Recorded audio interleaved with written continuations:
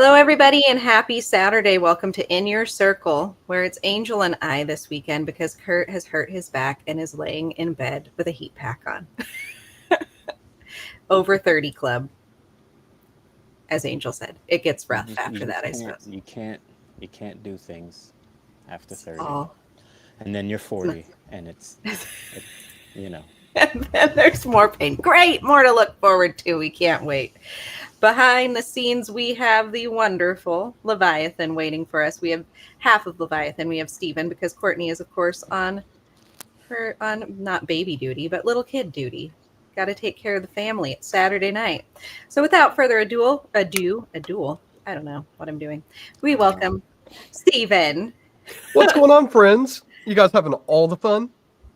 All the fun. Apparently, Yep, as much fun. jumbling the words together too makes it even more fun. That's right.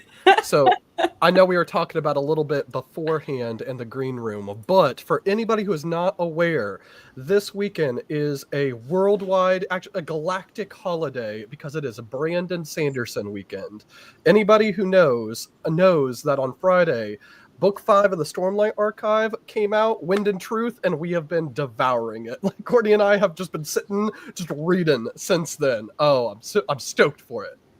Oh, I'm going to have to look into it because I had not heard about it until tonight. They are huge books, and this is book 5. So the way the series works is that it is a technically 10-book series, but it's broken into 2 arcs. So the first arc takes place, and this is the last book in the first arc, and then it's going to have a time jump in the book, and it's going to focus on different characters for the second arc. So this is essentially the end of my favorite series ever.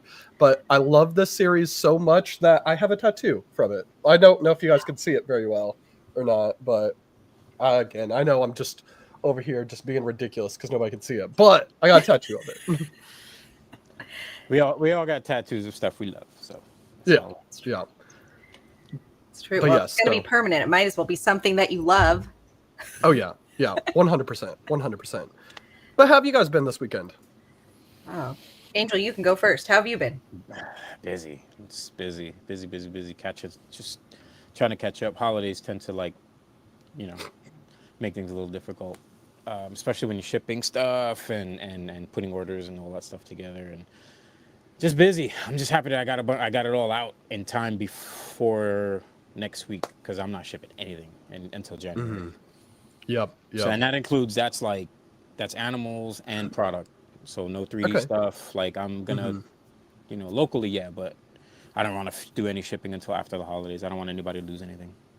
Yep. Makes sense. Good idea. Mm-hmm. Over here, we have nothing new, really. Get stuff for you until afterward. That's for sure. So that's not a problem.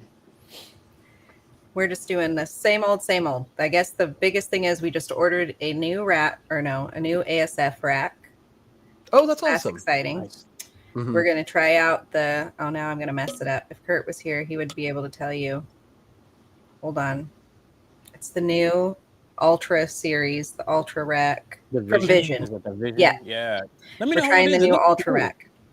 It looks cool. So we needed to expand our ASFs. We have a really nice Freedom Breeder 10 rack that we love. And so we were battling back and forth between, do we just get an extension, just get the add-ons for the top, or do we get a whole nother rack? And then we have that rack and the Freedom Breeder rack. So that's what we're going with. And then we'll add on to the Freedom Breeder eventually. But we need more ASFs. And it's just the way it is. Yeah. So that's what's new over here. Well, I mean, that's awesome. That's super cool. We had, I don't know, I feel like that throughout the entire time we've been breeding reptiles, trying to be right at the cusp of being self-sufficient on producing your own rodents, but not too much where you have so much overflow that now you're like, oh, what do I do with all these rodents? But it's like a constant battle because it's like a balance. It's like a perfect balance. It always changes as you get more and more snakes. It does. I was telling Nikki before story just happened to me. I just came in to check on the rats. They're right here. I came in to check on the rats the other day because I had noticed that the water, I just filled it up the day before and the water level dropped. And I'm like, oh, come on. I have a bunch of medium-sized ones. So I thought the mediums maybe ate, maybe drank, the water and stuff. or that much, and I'm like, there's no way. So I open it, and sure enough, there's a tub in there. It's got about that much water. And I checked, and they had mushed all of the bedding to the side, and they were just up there like this. And they had popped they had somehow that popped thing off. the nipple out, and you know how that little pin, so the pin was resting like that, and it was just bloop, bloop, bloop, bloop, just dripping right in. So I finally get that cleaned up. I repaired it and all that stuff. I'm done, and that's on a rack. I use the bread racks, and I use those XL size cages from Reptile Basics or the VE ones. Yeah. So I use those, and it works amazing. Yeah, and we have some of those too. I like them. I think they're great. And I have one rack, like one kind of like what do you call them, cement tub rack. Yeah. So I went to roll it back. I was done, and the back wheel snapped off. Oh no! I was just like, no, and I'm like holding it because it's the back wheel, and if I let it go, and then I have the rats on the top, and it's top heavy. You know, the bottom ones are empty, so I keep them up top, so I don't have to bend down. And I'm like stretching, and I'm like reaching for stuff, and I'm trying to shove stuff under the back. And I happen to have my like scratch and dent box here for like 3D print shit. So I'm like grabbing chunks I'm shoving and wedging it under the back until I can go and get something else. I finally fix it, and I go inside after like an hour and a half or so. My wife is like, "What happened?" I'm like, "You don't want to know." Yeah. Just one thing just bled into another. I don't want to go in there anymore. Sorry. Oh, no worries. No, I hear you. Rodents. That is life for rodents. It's not always great. Yeah, no, Courtney does like 90% of the rodent stuff. Like I will go out there and I will like on Monday, Tuesday, Wednesday are my days to like feed, do waters if they need it, stuff like that. But Courtney actually does like and then we have an employee that comes on Fridays, but they actually do like the cleanings. And I feel like that is just like I did it with her for like years, but that's just the rodents are so much more work than snakes are. They really are. And every time I have to go somewhere, luckily Dylan from These Balls and Exotics, he lives literally 2 minutes from my house. So if I need anything, he just comes right over, you know, and he's done it in the past. He's come over and checked on the rats for me if I had to go away for, you know, extended time. So if it's more than like 3 days, you know, then I got to have somebody come in and check. Otherwise, but if I just had the snakes, I'm not really worried about it. Just go away for like a week and come back to be just fine. Yep. But I apologize. I know we're getting off topic. No, it's fun to get off topic because we don't. Yeah. It's not very often we get to sit and chat, so it's nice. Sorry about the dog. Kurt is apparently feeling a little bit better and was laughing as he's watching TV or something, laying in there, and the dog thought that we were being robbed. So yeah, it's logical. Oh, we wanted to pick your brain a bit about some marketing strategies. You gave Kurt and I some help on quite a few things, like getting rid of our intros so that we don't lose people at the beginning, and staying focused on our colors and our logo. Like our rainbow is really noticeable and recognizable. But I wanted to pick your brain and see what your top things are that, as reptile keepers or anybody, we should be doing to help push our brands. All right. I love this. I love marketing and I love talking about the reptiles. So if at any point in time you need me to shut up, just go ahead and tell me, because I'll just talk and talk and talk and talk. So, all right. No, that's good. I think people need a lot. Me, as you know, I was telling Nikki, I was like, I almost feel like just letting you take my stuff and like rip it apart, you know, which is good. I don't mind. Like I appreciate criticism.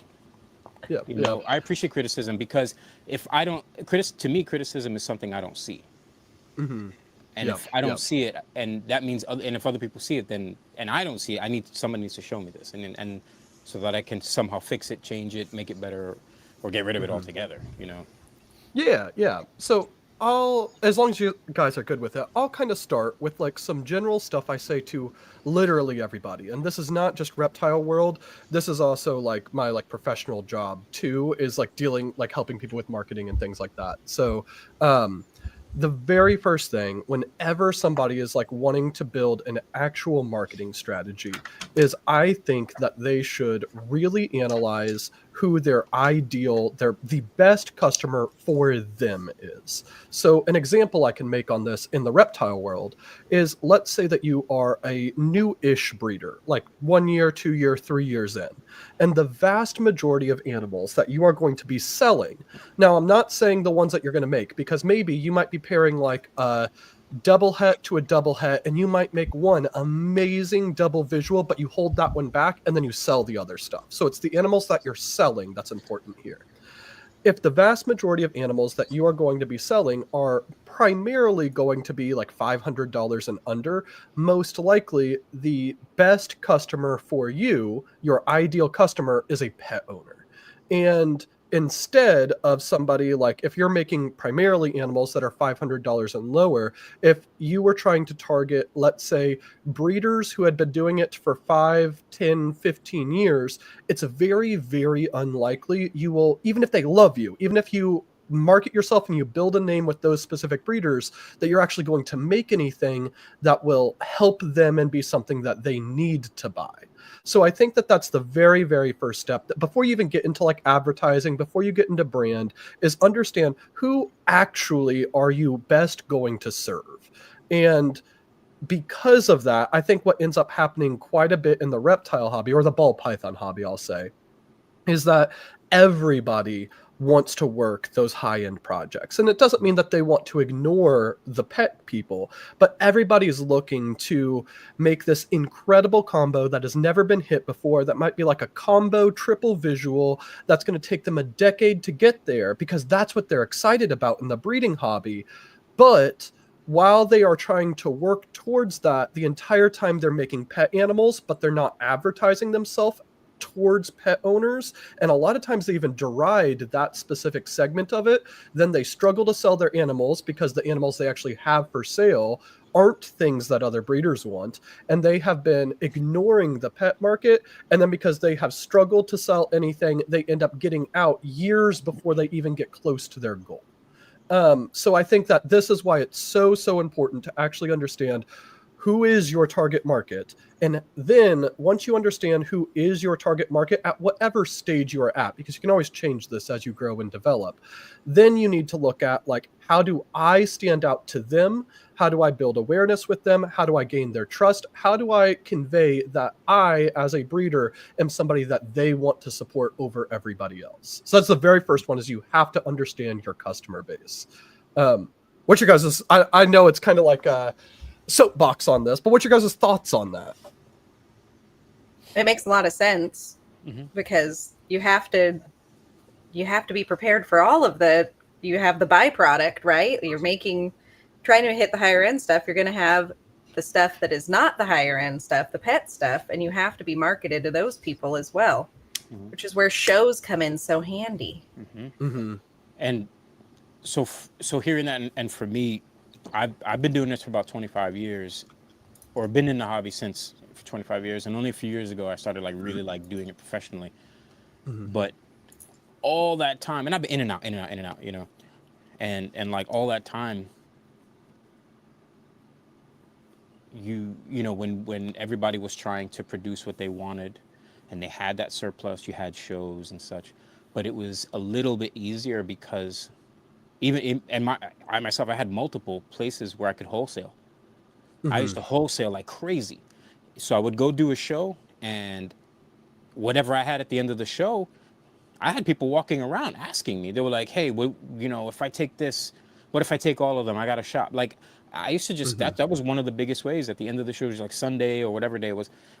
Or people would contact me later on and say, hey, I met you at the show. Do you still have that? I got a shop, and we do wholesale. And I used to wholesale. I used to do leopard geckos, bearded dragons, and ball pythons. I used to wholesale them out, and just keep, obviously the higher end stuff. But that you can't really do that much today. You can't really you can if you got a wholesaler. Don't tell anyone. Almost, it's almost like that secret that it's hard to get nowadays, and when you're at that point. And that for people like I don't have a wholesaler so much anymore. I have people that buy here and there, but for me, that's where the shows really do come in, and that's and I feel like that's almost what the shows have turned into for a lot of us is that's where we get rid of a lot of that stuff. And so it's like a very slow sort of a wholesale with a retail-y kind of like you're doing this at the shows, and and if people know me and they see me at the shows, I will haggle the shit out of things because I love to haggle. So if you give me a good haggle, I give a good price. But that's also, that's part of it. But again, when you're dealing with all these different surplus and this and that, and you don't have anywhere to move it, what then is what? How does that new person then move it? Yeah. Is there a marketing strategy for that? Is there, what do you tell someone who's like, I got all this stuff, I don't know what to do with it, how do I get rid of it?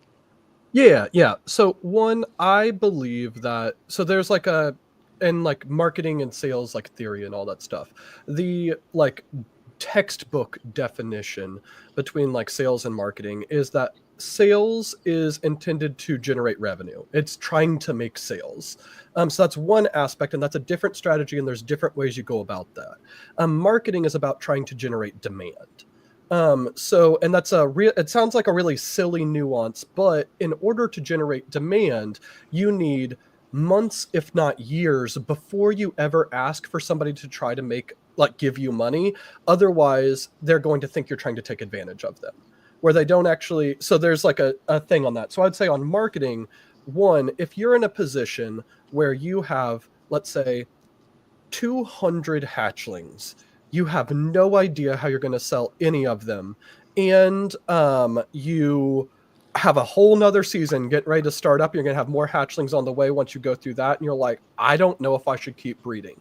Realistically, and this is going to be harsh, you are not probably, unless you have an avenue where but then you wouldn't be in this position, marketing isn't going to help you in that specific situation because it takes too long. In that case, it's going to need to be sales stuff. And when it comes to sales stuff, I think that being realistic about shows, auctions, whether that is on Morph Market or on Palm Street or on YouTube, I think that if you are in that situation, you don't have essentially the luxury to try to wait around and get the best price. If you are in a position where you have to move a bunch of animals very, very quickly, you got to do what you got to do. So that's one situation, but that is not a viable way to build a business. It's just not. No. What I think in that specific situation, what's going to end up happening is you're going to be really competing by price, which is fine. There's nothing wrong with being the most inexpensive price on the market, but that's how you're going to sell your stuff, and you're going to attract a lot of customers that are probably not your ideal customer. But again, there's nothing wrong with it. You got to do what you got to do in those situations. I was actually going to ask you, what's your opinion, thought, or idea about the whole race to the bottom? So if you're thinking about it, I like thinking about prices in the market and animals and everything in terms of what value is the seller or the breeder or whoever providing to the customer. So the customer's value in this specific situation is financial. They're giving you money. That's their value. It's super easy to quantify. So as a seller, you are selling an animal, you're selling a product that has value. Maybe the value is a pet. So it's really, really pretty. So there's value in that. But if you have an animal that is super, super pretty, and it's from a breeder who is really, really standoffish and kind of mean and curmudgeonly and all that stuff, and you have the exact same animal for somebody who is really, really welcoming and nice and helpful to somebody who is brand new, there is more value to buy from the second breeder, the nice and welcoming one, because you feel more comfortable if you have an issue that you can work with them and that they'll take care of you and they'll help you through any problems that you have. That does not mean that the curmudgeonly person is never going to sell something, but what realistically in a ideal situation they would have to do is the curmudgeonly person who doesn't have as good of people skills, and everybody knows if you have people skills or if you don't have people skills. If you're the type of person who's I hate people, you're probably lacking on some people skills there. They can provide value by selling the animal for a cheaper price. So it's okay, maybe I'm a breeder or I'm a pet keeper who sees this beautiful animal and I don't need help because I already know what I'm doing. And if I buy it from the curmudgeonly person for cheaper, it's a one and done transaction and that's it, and I never have to worry about him again, I would actually get more value buying it from them because I got it for a cheaper price than buying it for a higher price for the person who has better customer service, because I don't need that extra customer service. So that's a kind of situation. So I would say if you are not a people person, I would try to focus not on people who need a lot of hand holding. So I would not focus on entry level people. And it's again kind of understanding both your target customer and also your own personal skills and being realistic on it too, because I certainly am not good at everything. And I know that there's a ton of people out here that aren't good at everything. And if you can focus on the stuff that you are good at and maximize that, then you will be able to go way farther than trying to pretend that you're really good at sales in person when you're really not. All of that makes sense, because you talk about the curmudgeon, and if you go back 20 years, that was like 95% of the reptile breeders. They didn't want to talk to you. They just wanted your money. They didn't want to give you shit. But yeah, and that's one of the reasons why I think me and a lot of other people, like for me, I was young. I was 18, 19 years old when I started, and I was saving big wads of cash trying to buy shit. Nobody wanted to talk to me, and I was like, I'm not gonna buy shit from you unless you like, I want this animal, but you're ignoring me, and I know you're ignoring me because you think I'm a kid I'm a broke kid, but I'm trying to figure this out. And I always said, I was like, if I ever did this profession, I'm never gonna treat people like that, and I don't. You come to my table, I'm not gonna ask you for shit. You want to come and talk? We talk. You want to buy something? You buy something. That's fine. But like you said, what are you getting? And I tell people, what you get is me. I got 25 years plus experience. You can ask me anything. Ask me anything about the hobby. Ask me anything about the history of the hobby. Ask me anything. I'm always willing to talk and give information. And I'll tell you flat out what I don't think you should buy. If it's something on my table and you got a project, I'll tell you it's not gonna work. You know. But that's the thing, is like it's just like you said.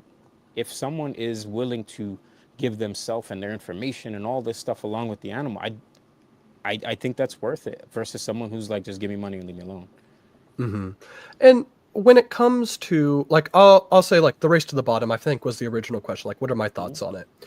Different people can sell different animals and different projects for different price points. Like, I know for a fact, because it happens all the time, that we, as in like Courtney and I, can sell sunset stuff for more money and faster than a lot of our friends because we've made a name for ourselves in that project and our friends haven't. It doesn't mean that they have amazing animals. In fact, a lot of times they have way better animals than we do, but people don't think of them when they think of that project, so they don't go to them. So I think that there's also that things, and there's, again, providing value to your customers by having a lower price point is helpful. That is valuable to the customer. And as a business, that's what I think that everybody should be doing. You shouldn't necessarily be trying to get the highest profit out of every single customer every single time. Otherwise, you're going to get a reputation that you only care about the money and you're using people. Instead, I think that as a business, if you are able to provide amazing value every single transaction, whether that is actually like a paid transaction or if it's just simply talking to somebody, over time that's going to keep building up your reputation, and it will snowball to the point where other people will market your business for you, because they'll say, like, oh, you want something, you need to go to these guys because they're amazing, they're a great experience, and they have exactly what you're going to be looking for. Yeah, even today, word of mouth is the best. Like when someone can literally tell you this person is amazing and their animals are amazing and all that, to me, that makes me really want to spend my money there. Yep. I really, so I always like shouting these guys out, like Brock Wagner, Brad Boa, Winston Smith. So that's Brock Wagner Reptiles, Brad Boa Reptiles, and WHS Reptiles. All of them together are partnered on their Sunset project, and I would say about 90% of our Sunset animals came from them. And of honestly, any breeders that we have ever bought from, they have taken care of us more than anybody else. I cannot recommend them enough. And it's not saying that there's not amazing other breeders, but they go out of their way to just provide as much value as they possibly can. Like, I can't recommend them enough. And on topics like this, like, everybody should go support them. But you see, that's what you're doing right now, right? You're word of mouthing them. Oh yeah, yeah. You know, and I'm like, I'm not even in the Sunset Project, but I kind of want to look now. Like, I'm just, and now it's a curious there thing. we go. You know what I mean? But like, yeah, I don't have a choice. They're gonna make me do it. So it's one way or another, it's gonna happen. So I'm not, it's gonna happen. But that's the thing though. Like what you're doing, it's that word of mouth, and that has always been like the best in my opinion.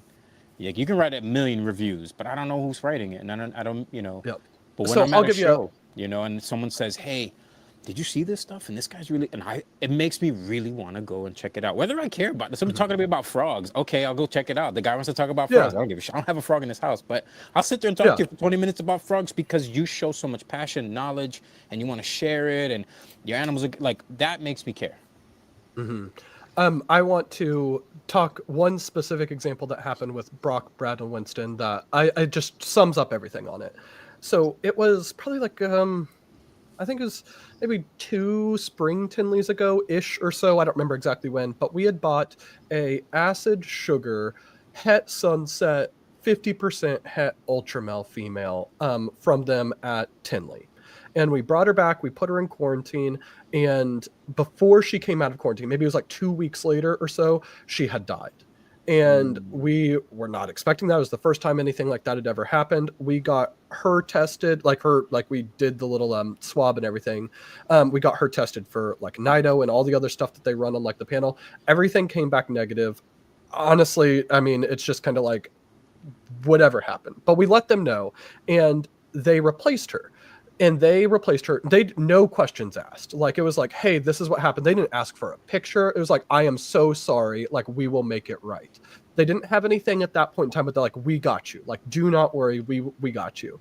And I think it was at Daytona that when we met up with them. So it was like, that was like right after March Tinley. So it's about 6 months ish later. They gave us to replace her a Cypress Honey double het sunset clown female, even though she was only 50% het ultramel. Like, so it's stuff like that where it's like they replaced her with a better animal. And there was no questions asked. There was no like, well, can I see your setup to make sure that you guys didn't do something wrong? There was no blame. It was like, I am so sorry. Like, I will do whatever. They didn't ask you for more money because it was a more valuable animal too. Yeah. They could have said, oh, well, if you give me $200 more, I'll send you this one. Yeah. No, it was just straight up like they were so like apologetic and like, again, it was a great experience. Like buying from people like that, because I know other people who have gotten screwed on deals where they bought animals that were supposed to have a gene, like the critical gene, and the person who bred it essentially mis-ID'd it because they were visually IDing it, and when it was genetically tested, it did not have it, and the person was like, sucks to suck.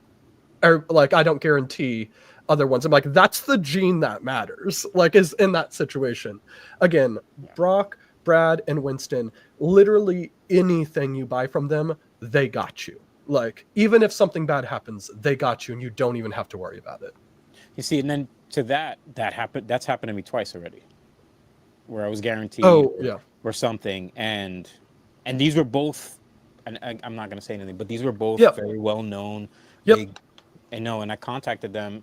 One told me I would never talk to them again. One told me basically everything negative. He's a super negative person. Oh, it's there. I see it. What are you talking about? I was like, I bred the animal. The 3 other animals. It's not there. Like, it's not there. Like, and then the following year did it again. That particular gene still wasn't there. And I contacted him again. I was like, no. I see it. I left it alone. Whatever, dead there. Then another one, the animal had a gene in it that I didn't expect. That wasn't. That I didn't see, and then now I'm seeing it, and I'm like, wait a second, that's. And I contact them, and like, oh yeah, okay, yeah, you got it. And I'm like, I didn't want that. It's all over, and I'm like, fuck. So now I have to change and redo. So it's that kind of stuff. And both of them were like, oh. Well. So honestly, in my opinion, I know that people like talk about like and again, we're super good friends with a lot of like the top tier people in the industry. Every single person in the entire hobby, Justin included, makes mistakes visually IDing animals. Every single one. Nobody is perfect, and every single person is going to do it. And therefore, I don't trust visual IDs anymore unless they are so obvious. It's like, yeah, of course that's banana. Like, you can see that. If it's even a little subtle, I don't trust it unless it's been genetically tested. There's been too many times we have bought animals that did not have the genes they were supposed to from the like top tier people, and they usually make it right, but still, visual IDs are unreliable even to the top tier people. And it's the thing, even with like smaller breeders and such. And when I talk to people at shows and I tell them, I'm like, when you do it, you really have to talk to people and explain what it is that you see and what you think. And you're like, look, and I like what Ozzy says, these are theoretical IDs and so on, and we do the best. But having the conversation with the person, or me, even in your morph marketer thing, state that these are what I believe. These are the parents. This is what I see. It's always good to know what the parents are because it might help you understand what they might see, things like that, whatever. But if that's not the case or whatever, but having that open conversation, like, look, there's a good possibility it might not be in, but this is what I see. I'm not 100% sure. And that's the way Nikki here's, like, we do this at the show. We're constantly telling people, like, we don't know 100%, but this is what we think, Yeah, but I'm also not going to charge you for something I'm not sure about.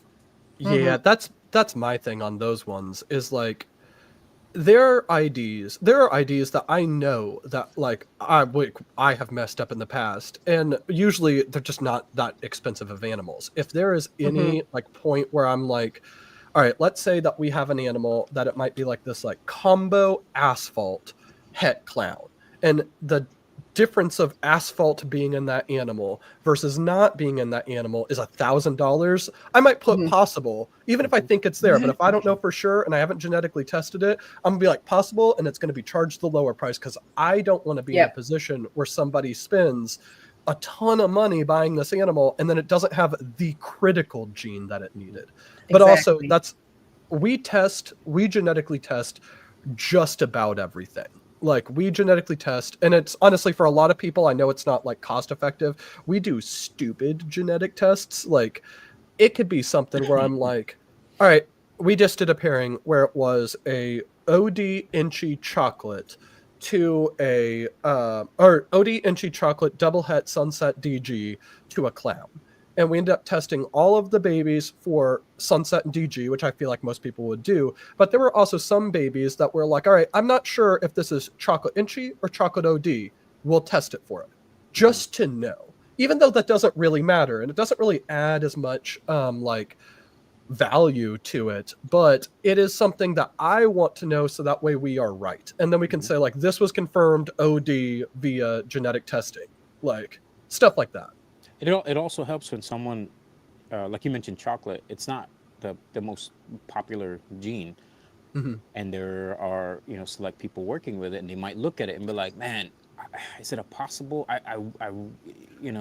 Is it because I could really use that chocolate OD if it's a chocolate?" And then you did the test, and you're like, "Oh, it is."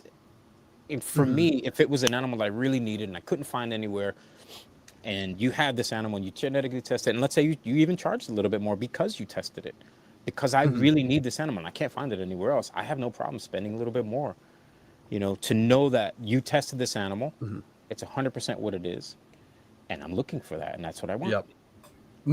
Again, because it's happened to us, it is a pretty awful feeling when you have raised up an animal for 2 or 3 years, you breed it thinking it has an exact gene, and then it turns out it never had the gene to begin with. Like, and I'm not even talking about like a het or anything, but it's like, and it is a bit on you because it's your responsibility. If you don't see the gene in the animal when you buy it, like in the pictures and all that stuff, you probably shouldn't buy it. So it is, I'm not saying that it's like the breeder's fault, but it still feels really bad. And I don't want somebody who buys an animal from us to ever have that experience where they were like, this was the critical gene that I was buying this animal for.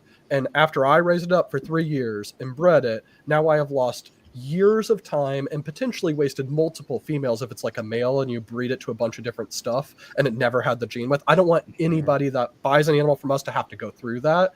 So we genetically test. And if we don't know, we err on the conservative side.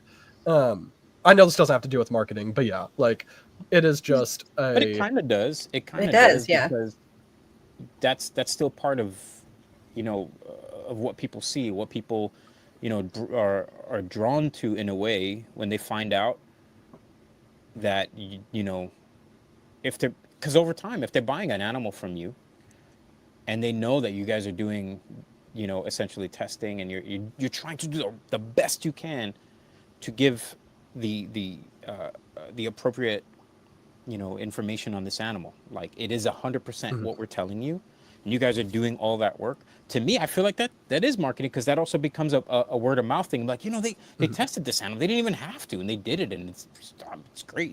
To me, that's a word of mouth thing, marketing, at least to me. You're the expert, I don't know, but to me, that's what it feels like. Well, there we go. There we go. Our idea, again, coming back to that idea of as a business, you're trying to provide value to the customer in exchange for money.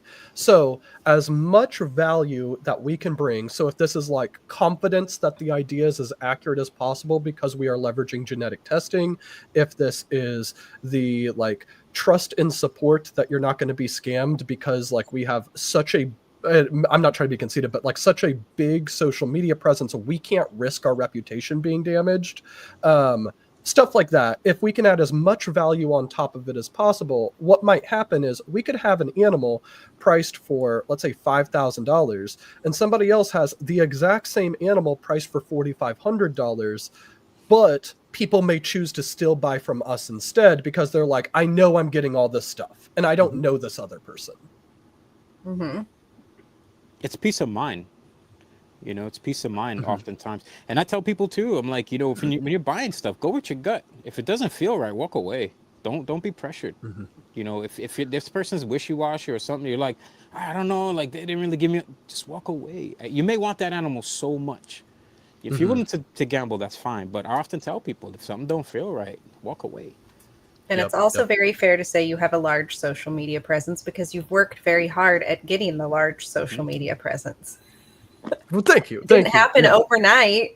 You guys worked your butts off to get there and still do. So, well, thank you. Thank you. But I know that this is also it can be a bit daunting for somebody who's newer and doesn't have a name, because everybody has to start from somewhere, and you have to build up that name. And they might be hearing this and they're like, well, I can't afford to test for every single snake, for every single gene. It doesn't make financial sense. I don't have as big of a name. How do I stand out? How do I compete against people who are doing this? And in my opinion, I think that you should start smaller.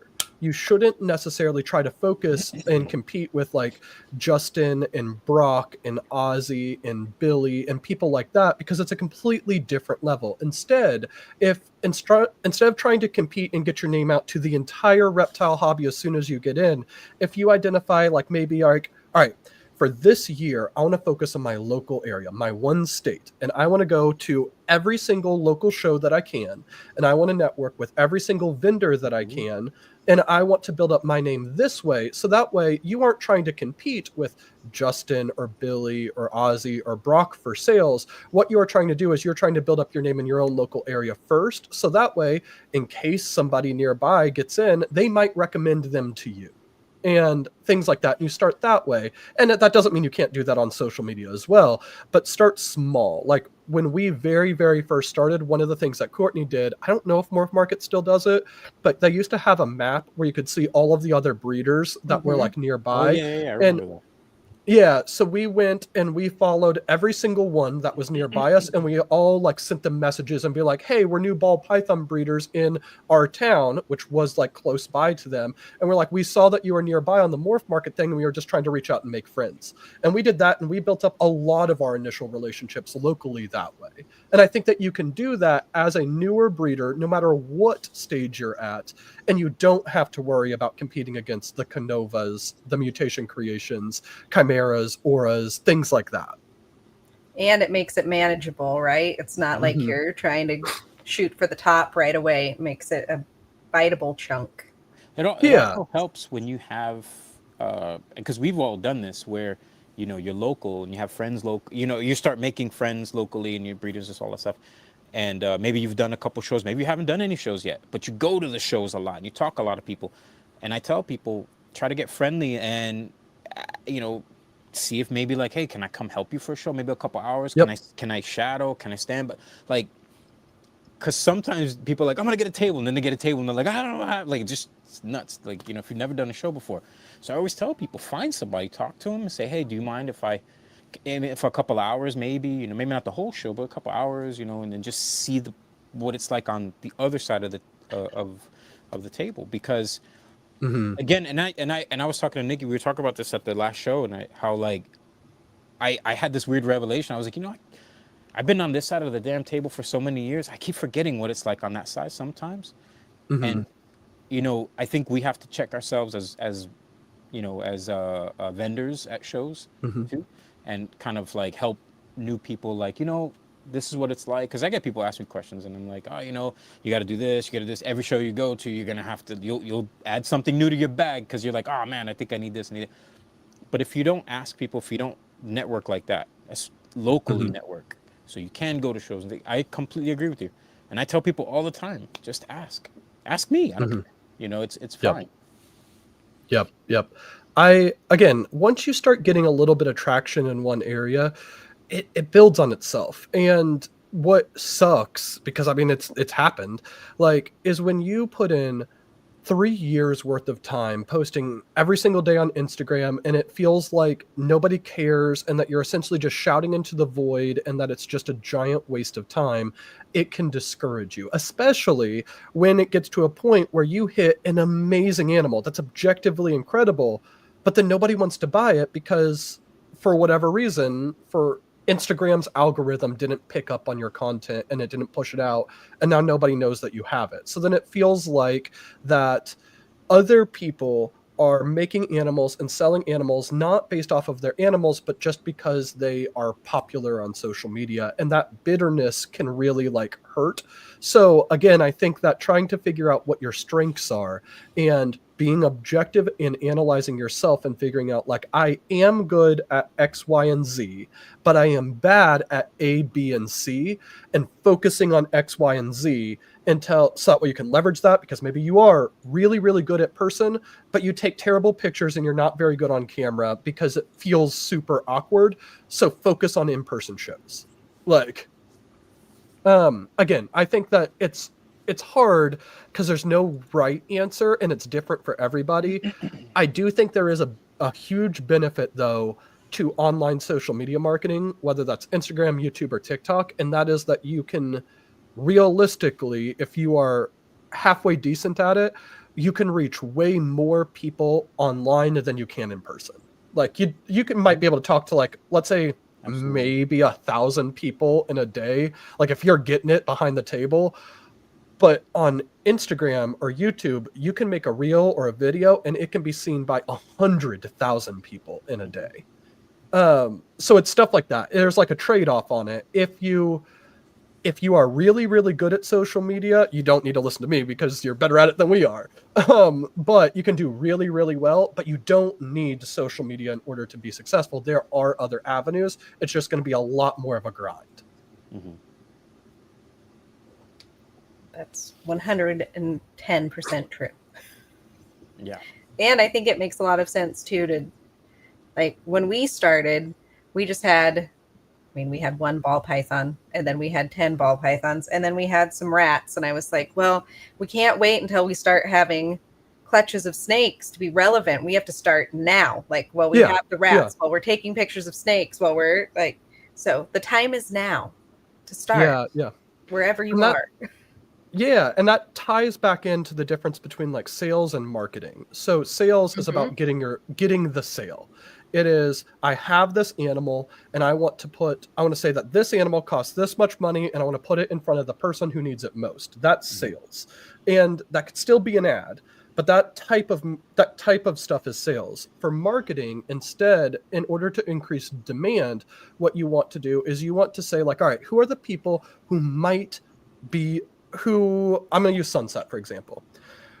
When we bought into Sunset, we thought that one of the reasons why we wanted to get into a higher end project was that a lot of the people who were getting in at the same point in time that they were buying stuff like clown, pied, or desert ghost stuff, which we bought stuff like that too.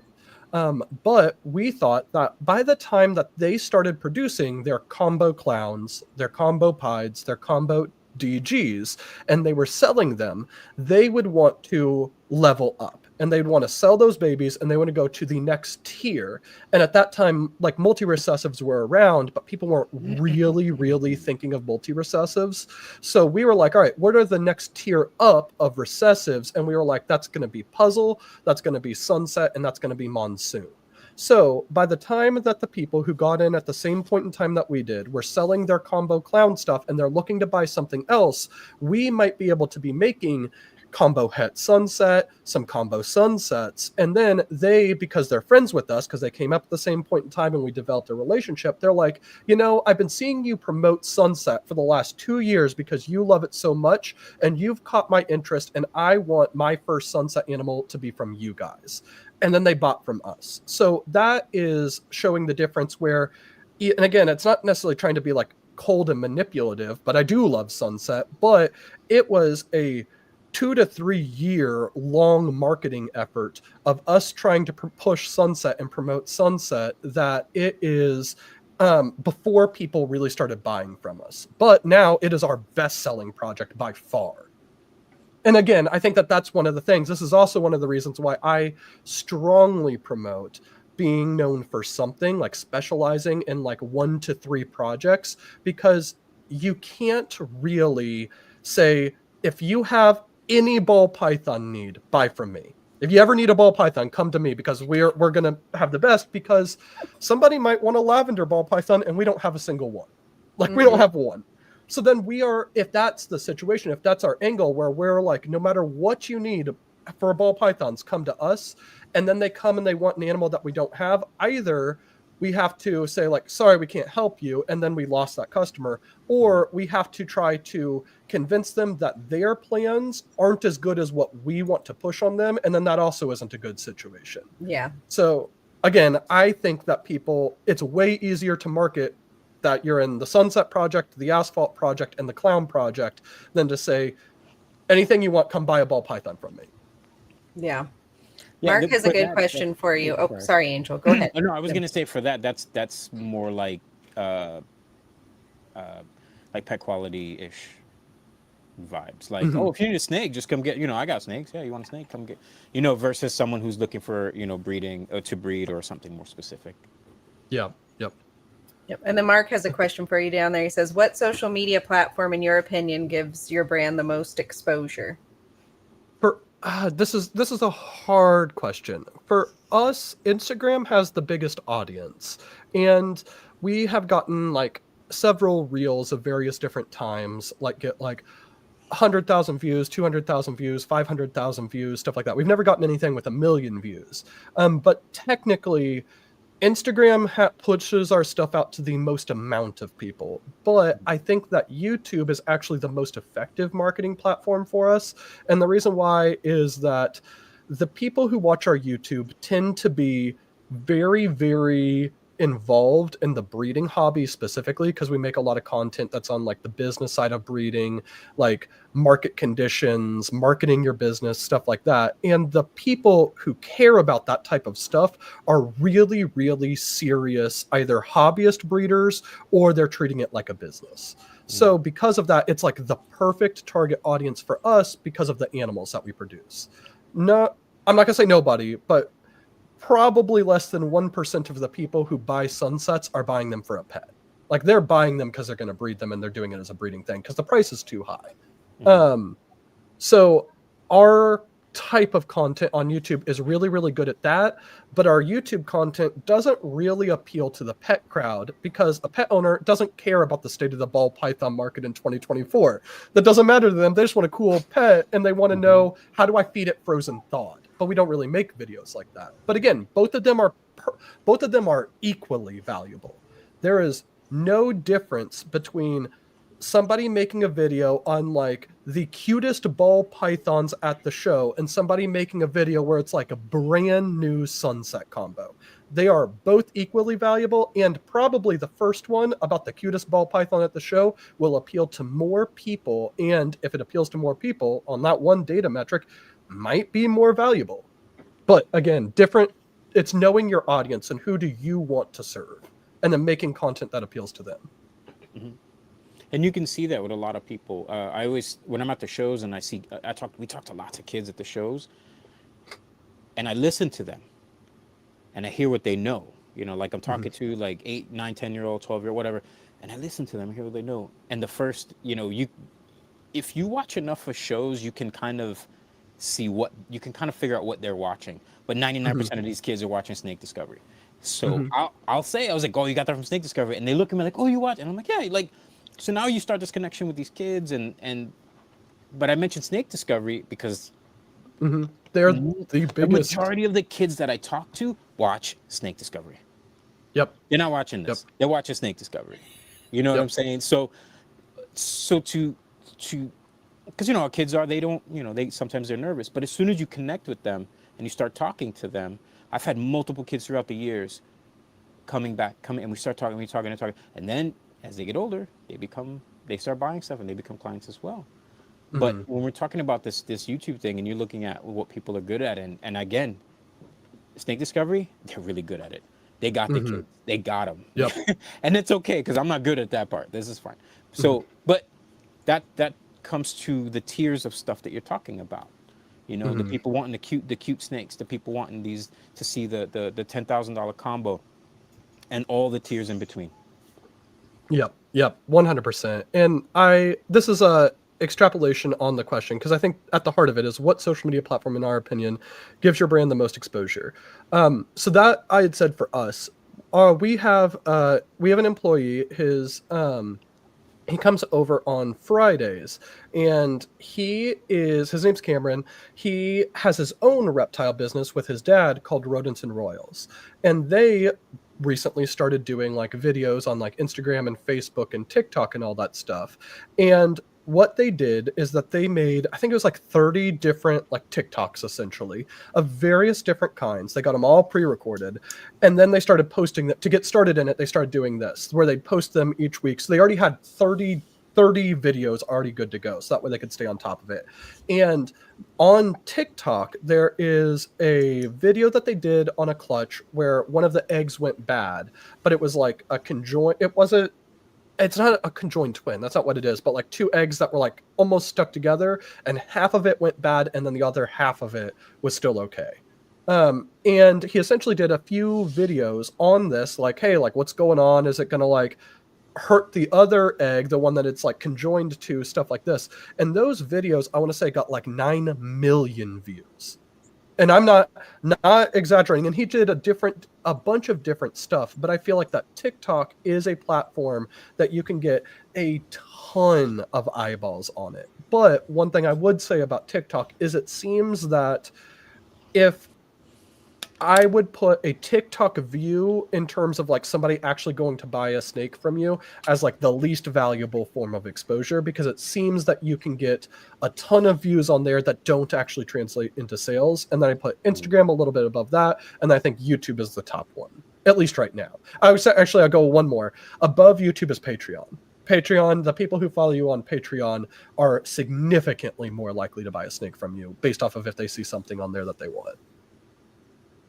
But most people, like me, don't have a Patreon. Yeah. Yep. So in that essence, you know, I'm using, for the most part, Instagram. I don't even do, I just show up here and talk shit every week. You know, I'm just, that's what I do. But in Instagram, I'm terrible. I barely like post anything, and I get yelled at all the time because when people see me, like, oh my God, you didn't take a picture of this. And I'm like, it's fine. Or I'll send them a picture and like, you didn't post it. I'm like, yeah, I didn't post that shit. And it's like, I'm just bad at it. And I think I need to like, I don't know. I think I need to like schedule a time every week to do it. But that's the thing. Is like those of us, people like me, I'm just not good at that. You know, I don't have a Patreon. I'm not really great at. I have 0 TikTok. I'm not gonna do a TikTok. I nope. But I want to really lean into the IG more, and maybe YouTube as well. So you know, I might want to. I just need to do it. That's my problem. You can do it, Angel.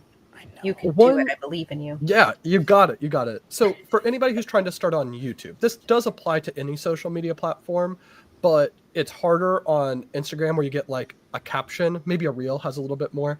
But again, it's about providing value. So not just providing value in sales, but if you can think about the exchange of value on social media is if you make a video on YouTube, you are getting the audience to give you their time and attention, so you need to return value to them instead, or in like with that exchange. So with that, there's different types of value that you can provide to your audience, and one of them that I really like, but it's not the only one, but I find it fairly easy, is if you can teach somebody something that obviously has value. So if there is a topic that could help them out in doing something that they're already doing better, and you can make a video about that, you are going to provide value to them. But that doesn't mean it's a good video in terms of like you are going to get 1 million views. But like, let's say that you have a video that's like how to build a rodent rack. There are people who are going to search on YouTube at some point in time, how do I build a rodent rack? And if they come across your video and it's helpful to them, that very likely is going to make them have a positive opinion of you, and they may watch other videos of yours in the future because you helped them out in the past. But I also think that there's certain things that you can do to also provide value that can make the videos way better. So like one of them is entertainment, and people can be entertaining because they're funny or because they're telling like a really like tense story that's dramatic. And you can also provide value in like warning people about danger. Okay, so it's like, hey, don't do this. Even if you don't teach them how to fix it, it's like, don't do this, you're going to run into problems. So if you combine all of these different things together, instead of making a video where it's like, I'm going to make a step-by-step guide on how to build a rodent rack, you could make a video where it's like, the 5 worst mistakes to make while breeding rodents. And then it can be like, all right, you start off the video where it's like, all right, we are going to be building out this rodent rack for this week. But while we're doing that, we're going to talk about the 5 biggest mistakes that people make when they breed rodents. Let's get to it. And then you alternate between building the rack and talking about like, if you use a watering system and you're not checking on the lines, they can get clogged and cause droughts. If you are not careful and you let a rodent that has escaped stay out because you think that you have traps and that it will end up catching them anyway, that rodent can chew through water lines of all of your other enclosures and cause floods and kill entire colonies. And you go alternate between those like mistakes and then also building the rack, and that is a way better video. And probably to the point where it's going to be so much better of a video that other people will start recommending it. They'll be like, whenever somebody talks, you're like, hey, I'm looking to build a rodent rack. Like, you need to watch this one. Like, and I've done that too. People ask me questions, and I have like a library of videos that I send people. I'm like, oh, watch this video. Check out this website. You know, this is where I got this information from. You know, and they were, whether they were like the most best, like the most amazing production videos, it didn't matter to me. The information is all I cared about. Yeah. I personally think, so I agree with you. I think the information, the content, that's the most important when it comes to videos, because you can have a beautiful looking video, and if it's just a waste of time, people will stop watching it because it's boring and it's a waste of time. I do think that people, the audience in general, is much more likely to tolerate a mediocre video with amazing production quality than a video with terrible production quality. I think we've all seen the ones where it's like you get on and it looks like that it's been shot with a potato and you can barely hear them because like their mic is like all the way on the other side of the room and it's super echoey, and you watch it for 3 seconds and you leave. And it might have amazing content in it later on, but you never get to that point because you're like, oh, they obviously don't know what they're doing enough to even try. Like, so I think that there's like a level where it's like you need to have a minimum level of production quality for people to even give you a chance. And then if you have higher production quality, they'll like give you more of a chance longer, but you still got to have the content to back it up. And if you don't have the content, they'll leave anyway. Yeah. We are approaching our 1 hour mark, and I have 2 things. One thing, we for sure need you to talk about the 15 minutes of lame. But my second thing I want to say before you do that is we'd love to have you come back someday so we can do another hour of this and continue on with all the amazing things. And I want to try out some of these things on our YouTube channel, and then we can report back to you on how it goes. I'm excited. Yeah, information. I love it.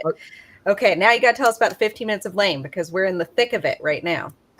Okay, so do you have specific questions, or do you just kind of want me to talk about it as a like overview of like what is the 15 minutes? Oh my goodness. So we know people that are in it that are gunning for the top spot, and I just learned all sorts of things. Like I thought, because I didn't know very much about it. Last year I was just voting and voting and voting. Mm-hmm. And now this year 2, I'm voting and then realized that it's not just the popular vote's just part of it. Then there's all these other parts to it. So yep.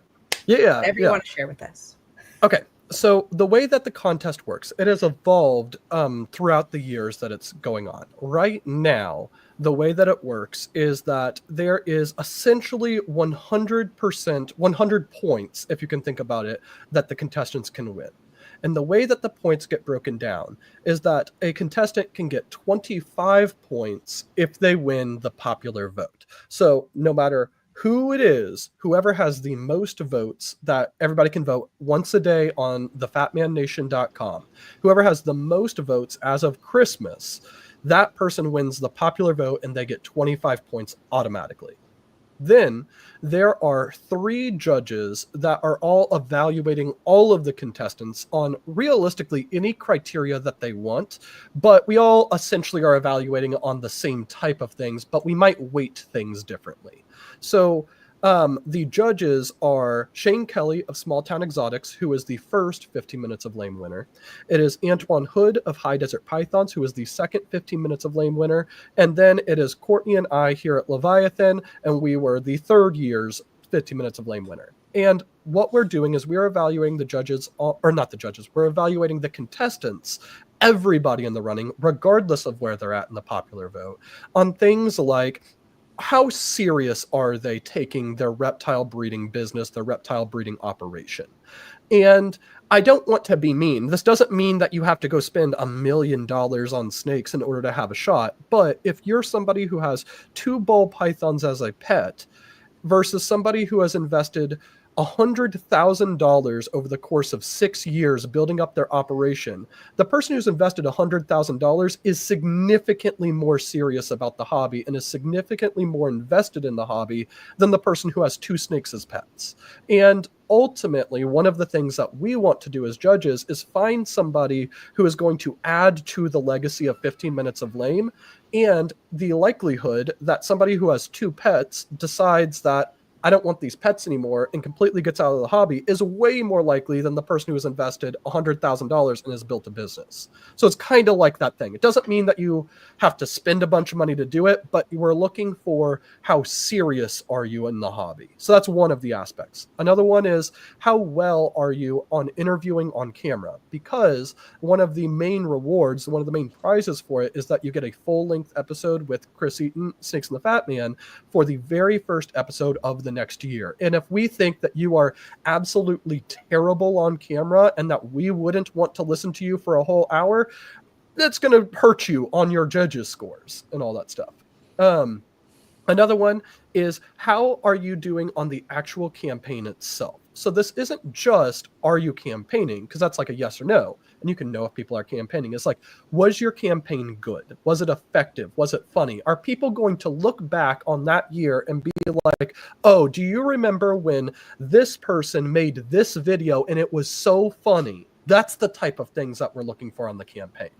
And with all of these different things, and then the last one, which I talked on a little bit earlier, is in the future, do we think that that person is going to still be around? Do we think that they're going to be doing even more amazing things in the reptile hobby, and that they are going to be one of the future leaders in this industry? And all of those things are the stuff that the judges are considering, and they're all weighting them differently. Maybe one judge weights the campaign higher than their future potential.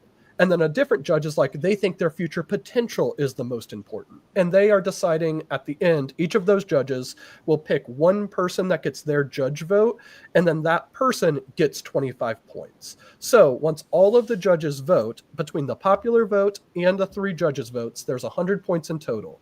So what you have to do to win is you have to be the person with the most points. So if there is somebody who wins the popular vote and one judge votes for them, and then the 2 other judges vote for 2 separate people, that means that one person got 50 points and the other 2 people got 25 points each, and the person who got 50 points wins. And you could also have a situation where the popular vote goes to one contestant, all 3 judges vote for different people, and now it's a 4-way tie. Or you could have a situation where you could have the popular vote and 1 judge vote for somebody, and then the 2 other judges vote for the same person, and now that's a 2-way tie.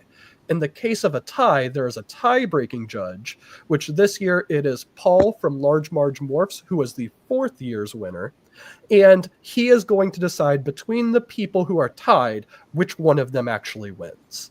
So that is the way that the contest is structured. And what this is supposed to do is it's supposed to allow the reptile hobby to have input and influence the contest, but it tries to mitigate people like cheating through the use of like bots or like VPN or just somebody who happens to have an amazing, huge social media presence, but might not actually be the best person for the 15 Minutes of Lame title. And then the judges really make up the majority of the points, and that they are trying to decide, based off of whatever the criteria they've set out for, who is going to be the best person to be the 15 Minutes of Lame champion going into the future. You did a great job. Awesome. Well, thank you. Thank you. Again, I know I talk a lot. I'm sorry, friends. No!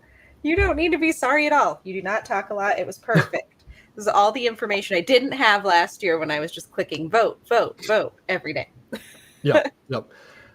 And then your other question was on coming back 100%. Just let us know and we'll figure it out. I know it took a while, for this one. So. This was fantastic. I really appreciate you, especially with the holidays coming up and everything, and you're busy with shows and voting and being a judge and all of that. Tell Courtney hello for us. No, she's on kid duty. And we really appreciated having you on. Thank you so much. It was a blast. So it was a blast. That time flew by really fast. Really, really fast. Thank you, everybody, for hanging out with us on your Saturday afternoon. We hope you have a wonderful rest of your day and that your holiday season is kicking off right. We'll see you next weekend. Thanks again, Stephen. See you guys. Everybody. In your circle we rise and fly. No drama, just love, we reach the sky. Support and shine, keep the vibe alive. In your circle together we thrive.